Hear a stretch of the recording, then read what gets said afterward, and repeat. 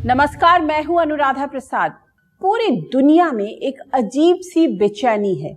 America के राष्ट्रपति Joe Biden की आंखों से नींद गायब है। उनके सामने एक और 20 साल पहले मुल्क पर हुए सबसे बड़े आतंकी हमले की बरसी है। दूसरी ओर अमेरिका की 20 साल लंबी जंग के बावजूद काबुल में आतंकियों की सरकार बन चुकी है। सुपर पावर चाह कर भी अफगानिस्तान में कुछ खास नहीं कर पाया। रूस, चीन, पाकिस्तान समेत कई देशों के हुक्मरानों का ब्लड प्रेशर बढ़ा हुआ है। सबकी परेशानी की वजह सिर्फ एक है, अफगानिस्तान के हालात। भले ही रूस, चीन और पाकिस्तान खुद को बाहर से खुश दिखने की कोशिश कर रहे हों, मॉस्को, बीजिंग और इस्लामाबाद खुद को काबुल पर काबिज तालिबान के करीब देख रहे हों, लेकिन अफगानिस्तान के हालात एक ऐसे ज्वालामुखी की तरह है जिसमें कभी भी विस्फोट हो सकता है। आज मैं आपको बताऊंगी कि काबुल में तालिबान सरकार के बाद अफगान आर्मी के 3 लाख फौजियों का क्या होगा। क्या नई सरकार उन्हें नौकरी में रखेगी या बेरोजगार अफगान फौजी तालिबान के खिलाफ ही बंदूक उठा लेंगे। यह भी समझने की कोशिश करेंगे कि कौन कौन से संगठन अफगान आर्मी के बेरोजगार फौजियों को अपने पाले में खींचने की कोशिश कर सकते हैं। साथ ही यह भी समझने की कोशिश करेंगे कि आखिर तालिबान लड़ाकों के सामने अफगान फौजी क्यों नहीं टिक पाए। सवाल यह भी उठता है कि अफगानिस्तान में कब तक चलेगी मुल्ला हसन अखुंद की सरकार। क्या काबुल में अमेरिका का गेम ओवर हो चुका है या व्हाइट हाउस उसे अभी भी ट्रिगर की तरह इस्तेमाल करने के फिराक में है। बदले हालात में तालिबान सरकार के मंत्रियों को दुनिया किस तरह देखेगी, उन्हें माननीय मानेगी या फिर मोस्ट वांटेड आतंकी। आज के अपने खास कार्यक्रम टाइम बम पर अफगानिस्तान में हम ऐसे ही कई सुलगते सवालों का जवाब तलाशने की कोशिश करेंगे।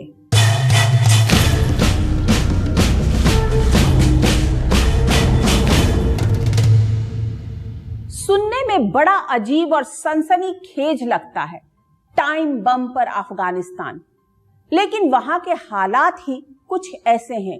बंदूक के दम पर मुल्क की सत्ता हथियाने वाले तालिबान की अंतरिम सरकार का गठन हो चुका है। अफगानिस्तान के प्रधानमंत्री, उप प्रधानमंत्री और कैबिनेट मंत्रियों के बायोडेटा से आप रूबरू हो चुके हैं। वहां के अंतरिम प्रधानमंत्री मुल्ला मोहम्मद हसन अखुंद लगातार पिछली सरकारों के अफसरों से देश लौटने की अपील कर रहे हैं, उन्हें सुरक्षा का भरोसा दे रहे हैं, लेकिन अफसरों के मन से तालिबान का खौफ जाने का नाम नहीं ले रहा।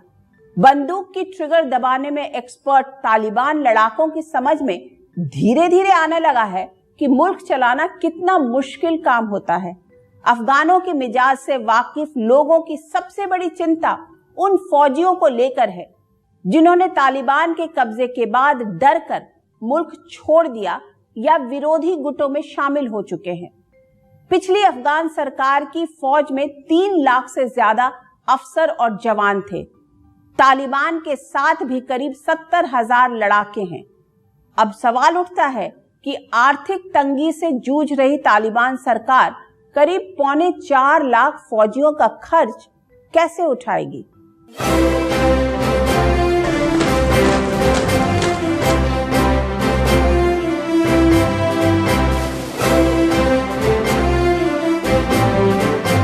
अमेरिका ने पिछले 20 वर्षों तक अफगानिस्तान की फौज को हर तरह की ट्रेनिंग दी, आतंकियों से निपटने का हर दांव पेच सिखाया, हर तरह का अत्याधुनिक हथियार चलाना सिखाया, जमीन से आसमान तक दुश्मन का सर्वनाश करने वाले हर तरह के हथियारों से लैस किया। लेकिन जब तालिबान से लड़ने की बारी आई तो अफगान फौजी रेत की दीवार की तरह ढह गए। बिना ज्यादा खून खराबे के ही तालिबान लड़ाकों ने काबुल पर कब्जा कर लिया। ऐसे में तालिबान के खौफ में अफगान सेना के कुछ जवानों और अफसरों ने भागकर विदेशी जमीन पर शरण ली। कुछ ने तालिबान विरोधी गुटों का रुख किया। तालिबान तो चाहती है इनको वापस लेके फिर अपनी सेना बनाए, तो फिर तालिबान के सेना का क्या होगा? ये जो आप देख रहे हैं काबुल के रास्ते में सलवार कमीज पहने हुए बड़ी बड़ी बंदूकें लिए घूम रहे हैं, लोगों को तंग कर रहे हैं।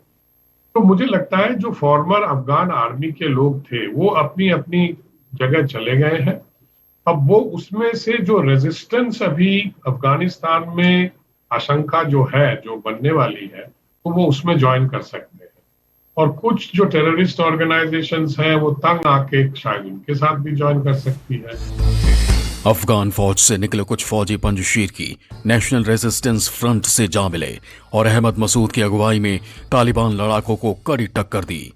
तालिबान ने भले ही पंजशीर पर कब्जे का दावा किया है, लेकिन पंजशीर का भूगोल और वहां के लड़ाकों का मिजाज बताता है कि जंग अभी खत्म नहीं हुई है।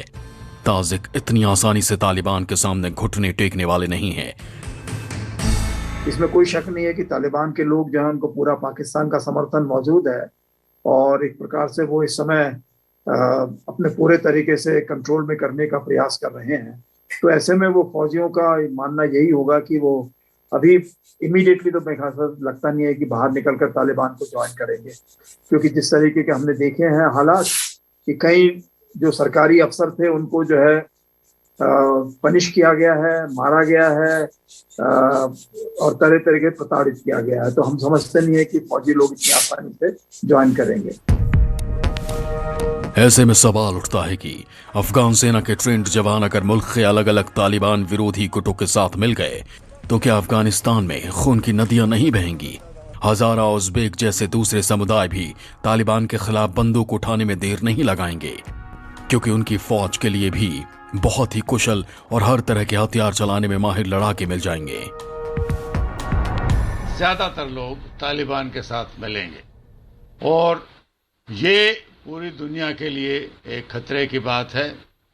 इराक की लड़ाई के बाद भी जो हारी हुई इराक की सेनाएं थी वो आईसिस में मिल गए थे और आईसिस ने उनका इस्तेमाल किया और फिर उनको कोई महत्व नहीं मिला। इसी तरीके से अफगान फोर्सेस को भी कोई जिम्मेवारी की पोस्ट नहीं मिलेगी, क्योंकि उनकी वफादारी पर अभी भी शक है। अफगानिस्तान और उसके आसपास के इलाकों में Al Qaeda core, Al Qaeda in Indian subcontinent यानी IQIS, Islamic State Khorasan province यानी ISKP, हक्कानी नेटवर्क, तहरीक तालिबान पाकिस्तान यानी TTP, eastern Turkestan Islamic movement यानी ETIM, Islamic movement of Uzbekistan जैसे आतंकी संगठन सक्रिय हैं। ऐसी में आशंका जताई जा रही है कि यह आतंकी संगठन अफगान फौज के बेरोजगार सैनिकों को अपने लश्कर में शामिल कर अपने आतंक के साम्राज्य को बढ़ाने की कोशिश कर सकते हैं। इतिहास गवाह रहा है कि इराक पर अमेरिकी हमले के बाद सद्दाम हुसैन के फौज के बेरोजगार सैनिकों ने किस तरह ISIS के आतंकी ब्रिगेड को ज्वाइन किया और किस तरह अबू बकर अल बगदादी की अगुवाई में ISIS ने आतंक और उगाही का साम्राज्य खड़ा किया। अब न बगदादी जिंदा है, न ही ISIS उतना ताकतवर बचा है, लेकिन अफगानिस्तान और इसके आसपास के इलाकों में सक्रिय कई आतंकी संगठन बड़ा मंसूबा पाले हुए हैं। अफगानिस्तान के भूगोल में आतंकी संगठन अपने लिए कमाई और उगाही के बड़े मौके भी देख रहे हैं, क्योंकि इस मुल्क के गर्भ में बेहिसाब खनिज भरा हुआ है। तांबा, लोहा, लिथियम, सोना, कोयला, तेल और गैस यहाँ के जमीन के नीचे छिपा हुआ है। कारोबारी रूट के लिहाज से भी अफगानिस्तान बहुत अहम है। ऐसे में आतंकी संगठनों को भी अफगानिस्तान के जमीन पर कमाई से लेकर छिपने तक के बेहिसाब मौके दिख रहे होंगे। देखिए, सद्दाम हुसैन की फौज बिल्कुल अलग थी। वो फौज जो थी अधिकतर एक पर्टिकुलर समुदाय से जुड़ी हुई थी। अफगानिस्तान की जो फौज है इसका कंपोजिशन थोड़ा डिफरेंट है। इसमें जो है वो माइनॉरिटीज जो थी अफगानिस्तान में, यानी ताजिक, उज़्बेक, हजारा, इन का और दूसरे समुदाय के जो लोग हैं वो अधिक बड़ी संख्या में थे। तो ये दोनों का कंपैरिजन बिल्कुल अलग अलग है। और ये है कि अगर ये लोग आतंकवादी, इसमें जो पश्तून हैं अफगानिस्तान में, और जो तालिबान मलेशिया भी पश्तून मलेशिया कहलाती है, पश्तूनी के डोमेन, अगर वो लोग संभवतः जा सकते हैं तालिबान के साथ या दूसरे आतंकवादी संगठनों के साथ जरूर जाएंगे और वो एक बड़ी चिंता का विषय बन जाएगा। अफगानिस्तान की नब्ज पहचानने वाले एक्सपर्ट्स की सोच है कि अफगान आर्मी बहुत हद तक सद्दाम हुसैन की फौज से अलग है। तालिबान राज में अफगान फौजों के सामने अपने समुदाय से जुड़े ग्रुप में शामिल होने का मौका है, लेकिन इस बात से भी इनकार नहीं किया जा सकता कि अफगान आर्मी के बेरोजगार फौजी आतंकी गुटों से नहीं जुड़ेंगे। कुछ विशेषज्ञों का मानना है कि अफगान आर्मी के बेरोजगार फौजी दुनिया के लिए बड़ा संकट पैदा कर सकते हैं। पूरी दुनिया में आर्मी के बड़े बड़े जनरल और रणनीतिकार एक बात समझ नहीं पा रहे कि आखिर तालिबान लड़ाकों में ऐसा क्या था जो 4 गुना बड़ी अफगान आर्मी में नहीं था। अत्याधुनिक हथियारों से लैस अफगान फोर्स आखिर तालिबान लड़ाकों के सामने क्यों नहीं टिक पाई? इस पर रिसर्च तो जरूर होगा, लेकिन एक बात तय है कि भले ही अमेरिकी फौज ने अफगान आर्मी के जवानों को हथियार चलाने की उम्दा ट्रेनिंग दी, उन्हें आधुनिक हथियार भी दिए, लेकिन उनके अंदर फौलादी जज्बा और मुल्क पर मर मिटने का जुनून नहीं भर पाए। तालिबान बंदूक लिए आगे बढ़ रहा था और अफगानिस्तान की अशरफ गनी सरकार सेना का मनोबल बढ़ाने के बजाय जनरल बदलने में लगी थी। 19 जून 2021 को जनरल वली मोहम्मद अहमदजई को अफगान सेना का प्रमुख बनाया गया और तालिबान का हमला शुरू हो गया। वो 2 महीने से भी कम समय तक अफगान सेना के प्रमुख रहे। उनके सेना प्रमुख रहते ही तालिबान ने अफगानिस्तान के 9 प्रांतों की राजधानियों पर कब्जा कर लिया। ऐसे में जनरल अहमदजई को बर्खास्त कर मेजर जनरल हैबतुल्ला अलीजई को नया आर्मी चीफ बनाया गया। जरा सोचिए, अगर बीच युद्ध में कप्तान बदल दिया जाए तो सेना की क्या स्थिति होगी? शायद कुछ इसी तरह के मुश्किलों से अफगानी सेना के जवान जूझ रहे होंगे और दुश्मन के सामने हथियार रखने में ही अपनी बेहतरी समझी होगी।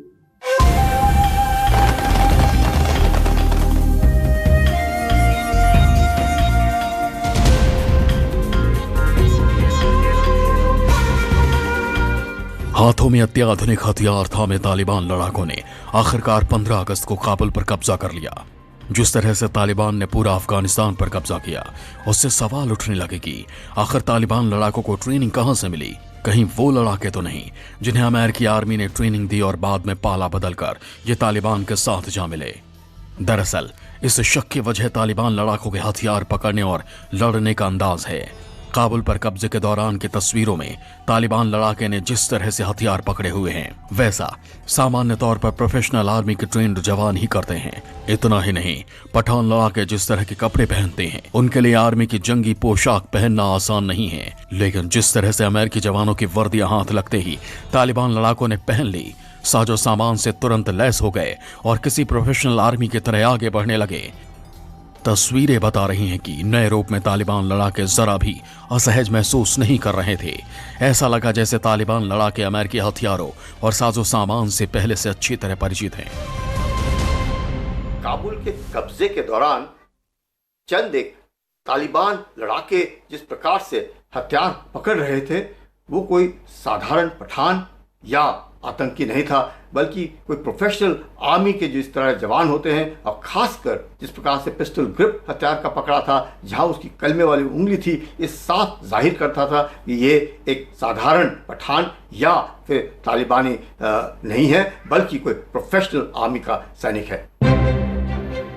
जनरल अहमदजई की बर्खास्तगी के हफ्ते भर के भीतर तालिबान का काबुल पर कब्जा हो गया। जिस जनरल को मुल्क की हिफाजत में मोर्चा संभालना चाहिए था, वो काबुल एयरपोर्ट पर आखिरी बार दिखा मुल्क छोड़कर भागने की जद्दोजहद करता। ये कोई नहीं जानता कि आज की तारीख में अफगान आर्मी के बड़े जनरल कहाँ हैं, लेकिन एक बात तय है कि पिछले 20 वर्षों में अमेरिका ने अफगान फौज की ट्रेनिंग पर जो कुछ खर्च किया, वो पानी में बह गया। अमेरिका ने अफगान फौजों पर अपने $83 अरब खर्च किए। उन्हें हवाई जहाज उड़ाने से लेकर टैंक से दुश्मनों को तबाह करने तक की ट्रेनिंग दी। अमेरिकी जनरलों को भरोसा था कि युद्ध में अफगान फौजी दुश्मनों को मुंहतोड़ जवाब देंगे, लेकिन अफगान फौज के जवान इतनी आसानी से घुटने टेक देंगे, ये शायद ही कभी अमेरिकी जनरल्स ने सोचा हो। अफगान फौजियों को अमेरिका से मिले हथियारों पर अब तालिबान का कब्जा है। तालिबान की मुल्ला मोहम्मद हसन अखुंद के पास न सरकार चलाने का तजुर्बा है और न ही अंतर्राष्ट्रीय संगठनों से डील करने का अनुभव। तालिबान सरकार के सामने फिलहाल सबसे बड़ी चुनौती अंतर्राष्ट्रीय मान्यता हासिल करने की है, जिससे मुल्क का दाना पानी चलाने के लिए कुछ विदेशी इमदाद हासिल किया जा सके। तालिबान के पास इतना धन नहीं है जिससे वो अफगान आर्मी के पुराने 3 लाख फौजियों और अपने 70,000 लड़ाकों का खर्च उठा सके। ऐसे में अनुमान लगाया जा रहा है कि अपने खजाने के दम पर तालिबान सरकार 1 लाख फौजियों को अपने साथ रख सकती है। उनकी इस सूची में तालिबान लड़ाके सबसे ऊपर होंगे और पुराने जवानों में से पश्तूनों को ही जगह मिलेगी। दलील यह भी दी जा रही है कि पुरानी फौज से ताजिक, उज्बेक और हजारा समुदाय के फौजियों को भी तालिबान हुकूमत अपने साथ जोड़ने की रणनीति पर आगे बढ़ सकती है और उनका इस्तेमाल विरोधी आवाजों को दबाने के लिए किया जा सकता है। लिहाजा ये समझना जरूरी है कि तालिबान की मुल्ला मोहम्मद हसन अखुंद की सरकार को कहां-कहां से चुनौती मिलने वाली है।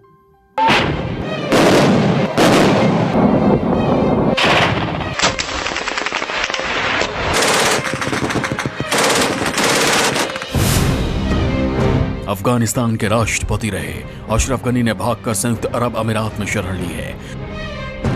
अफगानिस्तान के उपराष्ट्रपति रहे अमरुल्लाह सालेह और Tajik commander Ahmad Massoud Tajikistan की जमीन से तालिबान को चुनौती दे रहे हैं। इसी तरह उज़्बेक नेता अब्दुल रशीद दोस्तम के भी मुल्क छोड़कर उज़्बेकिस्तान में किसी सुरक्षित जगह पर शरण लेने की खबर है।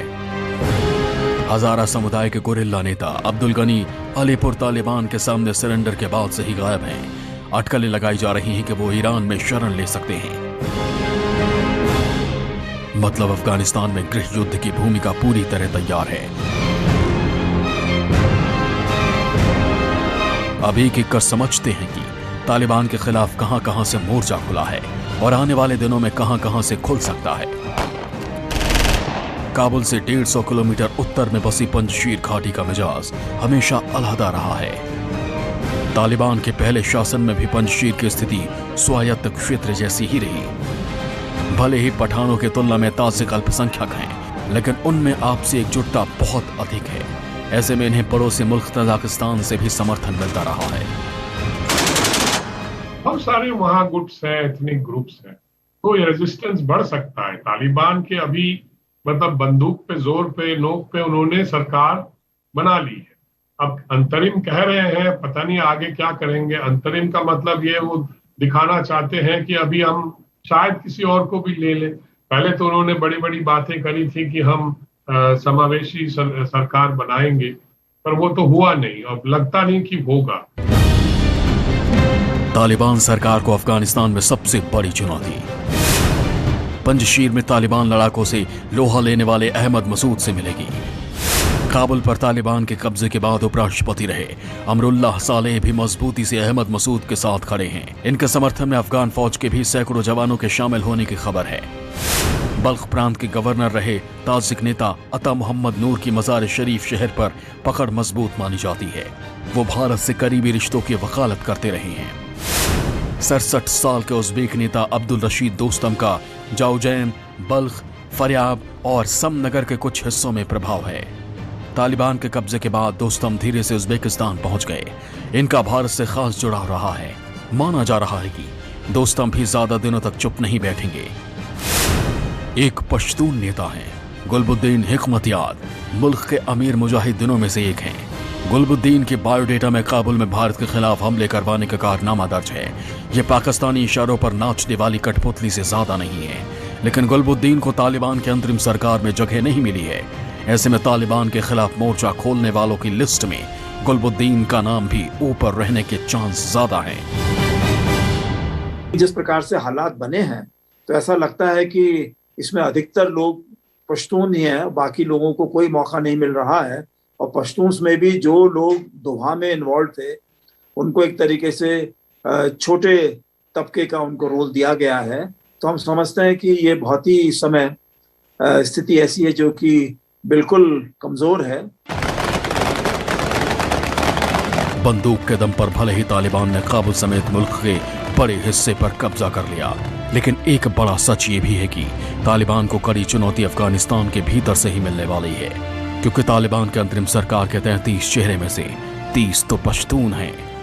मुल्क के दूसरे जातीय समूह ही नहीं, पठानों के भीतर की नाराजगी भी सामने आने लगी है। एशिया के दिल यानी अफगानिस्तान में एक नए तरह की खून खराबे की स्क्रिप्ट तैयार दिख रही है, जिसमें नए पुराने वारलॉर्ड्स युद्ध का साजो सामान जुटाने से लेकर अपने लश्कर को भी बड़ा करने में जुटे हुए हैं। जब किसी घर में आग लगती हो तो सिर्फ वही घर नहीं जलता, पड़ोस के घर भी चपेट में आ जाते हैं। अफगानिस्तान के पड़ोसी मुल्कों को इस बात का खास तौर पर ध्यान रखना पड़ेगा। कुछ हफ्ते पहले मैंने अफगानिस्तान पर अपने एक शो में एशिया का भस्मासुर में तालिबान के खतरे से दुनिया को आगाह किया था। उन मुल्कों के डबल स्टैंडर्ड से भी आपको परिचित करवाया था, जिसमें वो एक तरफ तो अफगानिस्तान की चिंता में घुलते दिख रहे थे, दूसरी तरफ तालिबान के नेताओं को अपने यहाँ बिरयानी खिला रहे थे। भले ही रूस और चीन को लगता हो कि अमेरिका अफगानिस्तान से चला गया, जिससे एशिया का शक्ति संतुलन बदल गया।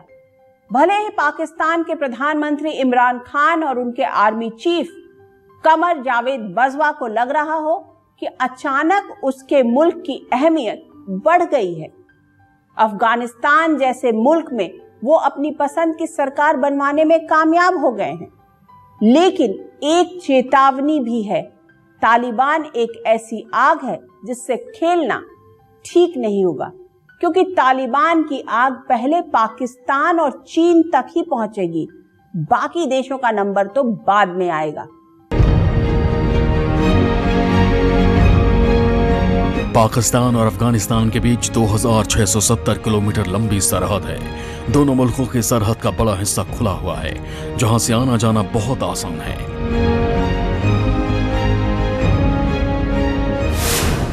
पाकिस्तान के सामने दो तालिबान हैं, एक अफगान तालिबान और दूसरा पाकिस्तान तालिबान, जिसे तहरीक तालिबान भी कहा जाता है।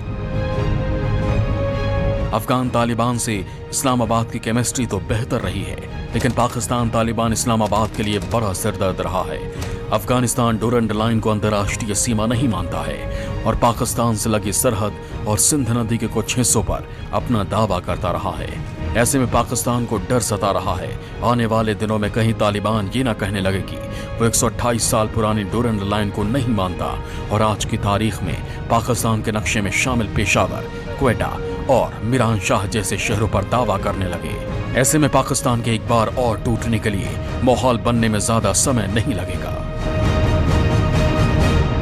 अगर वो नेशनल फोर्स बनती है तो पाकिस्तान को उससे थोड़ा सा किसी तरह से खतरा हो सकता है, क्योंकि नेशनलिस्टिक जो अफगान हैं वो हमेशा से ये मानते रहे हैं कि पाकिस्तान और अफगानिस्तान में जिस तरह के रिश्ते होने चाहिए उसमें अफगान पश्तून्स को और जितने भी अफगान के बाकी नेशनल फोर्सेस हैं, कम्युनिटीज हैं, उनको ज्यादा बड़ा असर मिलना चाहिए, ना कि वो खाली पाकिस्तान की स्ट्रेटेजिक डेप्थ बनकर रह जाएं। तालिबान ने जिस तरह से अफगानिस्तान में चीन का इस्तकबाल किया, उससे बीजिंग के हौसले बुलंद हैं। चीन के राष्ट्रपति शी जिनपिंग को अफगानिस्तान के जमीन के नीचे छिपा बेशकीमती खजाना और एशिया का अहम कारोबारी रूट दिख रहा है। ऐसे में तालिबान से रिश्ते बढ़ाने के लिए चीन ने भी तेजी से दाना फेंकना शुरू कर दिया। राष्ट्रपति जिनपिंग ने अफगानिस्तान को $31 मिलियन की तत्काल मदद देने का फैसला किया। ब्रिक्स की बैठक के दौरान चीन के राष्ट्रपति जिनपिंग भी मौजूद रहे और रूस के राष्ट्रपति व्लादिमीर पुतिन भी। इसमें दिल्ली के काउंटर टेररिज्म एक्शन प्लान पर सहमति भी बनी। हमने BRICS counter terrorism action plan भी एडॉप्ट किया है। हमारी अंतरिक्ष एजेंसियों के बीच रिमोट सेंसिंग सैटेलाइट कॉन्स्टेलेशन समझौते से सहयोग का एक नया अध्याय शुरू हो रहा है। भले ही तालिबान कभी भी चीन के लिए सीधे खतरा नहीं बना, लेकिन पूर्वी चीन का तुर्किस्तान इस्लामिक मूवमेंट और दूसरे आतंकी संगठन बड़ा खतरा बन सकते हैं। चाइना को डर इस बात का है कि चाइना का जो मुस्लिम प्रांत है, डोमिनेटेड प्रांत है, सिंजियान रीजन जो है, वहां पे पहले भी आतंकवाद था और वहां पे ETIM जो है यानी Islamic movement of east Turkmenistan जो है, उसको जिंजियान को वो ईस्ट तुर्कमेनिस्तान कहते हैं, तो वहां का जो मूवमेंट है वो भी पाकिस्तान बेस्ड, अफगानिस्तान बेस्ड है, यहीं से वहां पे जाते हैं लोग। उनको भी डर है कि उनके यहाँ दोबारा से इस्लामिक मिलिटेंसी आ सकती है। तालिबान की पीठ पर भले ही मॉस्को का भी हाथ रहा हो, लेकिन तालिबान के काबुल पर कब्जे के बाद अब भीतर ही भीतर रूस को इस्लामिक आतंकवाद के फैलने का डर सताने लगा है। आतंकवाद के खिलाफ लड़ाई में भारत का रुख हमेशा शीशे की तरह साफ रहा है। पिछले 20 वर्षों में पहली बार CIA के चीफ दिल्ली आए, भारत के राष्ट्रीय सुरक्षा सलाहकार अजीत डोवल से बंद कमरे में मुलाकात की, रूस की सुरक्षा परिषद के सचिव जनरल निकोल पत्रुशेव भी दिल्ली पहुंचे। ऐसे में बड़ा सवाल है कि CIA चीफ विलियम बर्न्स को दिल्ली आने की जरूरत क्यों पड़ी? अफगानिस्तान की उथल पुथल के बीच अमेरिका भारत से क्या चाहता है? इसी महीने संयुक्त राष्ट्र की तालिबान सैंक्शन कमेटी की बैठक होनी है, जिसका अध्यक्ष भारत है। पूरी दुनिया में तालिबान सरकार के मंत्रियों की प्रोफाइल पर मंथन जारी है। तालिबान सिराजुद्दीन हक्कानी का नाम आतंकियों की लिस्ट से हटाने की मांग कर रहा है। अमेरिका ने दोहा में जब तालिबान के साथ औपचारिक बातचीत शुरू की थी, तब भी अमेरिका ने ही तालिबान नेताओं को बातचीत के लिए यात्रा नियमों से छूट दिलवाया था। अब तालिबान अमेरिका पर ही दोहा समझौते को तोड़ने का आरोप लगाने लगा है। सवाल उठता है कि क्या अमेरिका तालिबान सरकार में शामिल आतंकियों के नाम आतंकी लिस्ट से डिलीट करवाना चाहता है? 13 सितंबर को अफगानिस्तान पर संयुक्त राष्ट्र महासचिव की अगुवाई में एक बैठक होने है। 17 सितंबर को शंघाई कोऑपरेशन ऑर्गेनाइजेशन की एक बैठक होनी है। इसमें भी अफगानिस्तान और तालिबान का मुद्दा जोर शोर से उठेगा। इसी महीने प्रधानमंत्री नरेंद्र मोदी का भी अमेरिका दौरा तय है। वैसे अफगानिस्तान की मौजूदा हालात से पूरी दुनिया भयभीत है। आज बस इतना ही। कल आपसे फिर मुलाकात होगी किसी ऐसे मुद्दे के साथ जिसे जानना और समझना हम सब के लिए बहुत जरूरी होगा। तब तक के लिए मुझे दीजिए इजाजत। निष्पक्ष खबर, सटीक विश्लेषण और अपने हक से जुड़े मुद्दों के लिए आप देखते रहिए न्यूज़ 24। नमस्कार।